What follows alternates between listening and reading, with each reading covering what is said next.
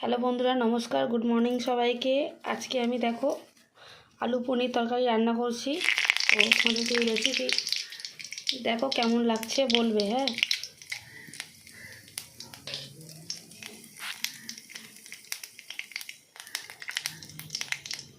আমি রান্না করছি আজকে।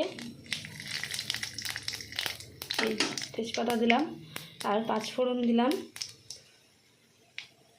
আজকে রেসিপি আলু ক্যাপসিকাম দিয়ে পনির তরকারি। দেখো তোমাদের দাদা ভাই আজকে পনিরটাকে ভাজতে বলেছি, ভাজতে গিয়ে দেখো পুড়িয়ে দিয়েছে।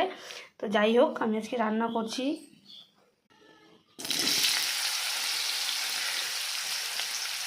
আলুটাকে একটু ভেজে নেব। আলুটা এবার হালকা লাল হয়ে গেছে, ভাজা লাল লাল করে ভেজে নিয়েছি। এবার একটু ক্যাপসিকামটা দিয়ে দেবো,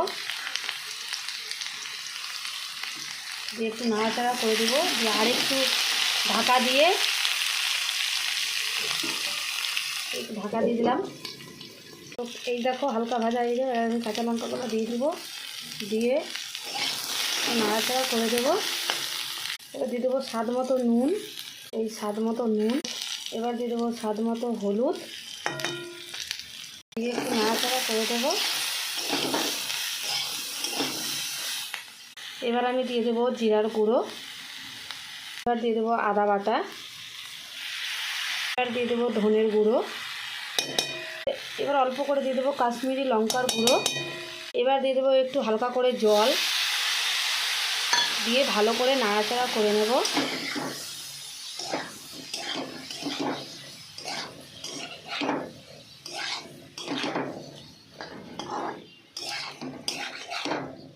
গন্ধটা কিন্তু দারুণ এসছে, সেন্টটা। এবারে হালকা করে একটু ঢাকা দিয়ে 2 থেকে 3 মিনিটের মধ্যে ঢাকা দিয়ে দেবো। সরিয়ে ভালো করে মশলাটাকে ভেজে নেব। এই 5 থেকে 10 মিনিট ভালো করে মশলাটাকে ভেজে নেব। দেখো এবার ভাজা হয়ে গেছে। এবার দিয়ে দেবো পরিমাণ মতো জল দিয়ে একটু ভালো করে নাড়াচাড়া করে এবার 10 মিনিট ফুটবে ভালো করে, তারপরে দেব পনিরটা। দেখো এবার তরকারিটা ফুটছে। তো তরকারিটা আলুগুলো কটা ভেঙে দেব, ভেঙে দিলে কি হবে, একটু ঝোলটা ঘন হবে, তাই এই যে ভেঙে দিচ্ছি আলুগুলো। তো এরপর পনিরটা দিয়ে দেবো, ভেজে রাখা পনিরটা দিয়ে দেবো, দিয়ে হালকা নাড়াচাড়া করে দেব। মিনিটের জন্য রেখে দেবো, ভালো করে ফুটবে তরকারিটা। এবার অল্প সামান্য দিয়ে দেবো গরম মশলা। এবার তরকারিটা হয়ে গেছে, গ্যাসটা বন্ধ করে দেবো। আজকের এই রেসিপিটা কেমন লাগলো অবশ্যই কমেন্টে জানাবে। সবাইকে ধন্যবাদ।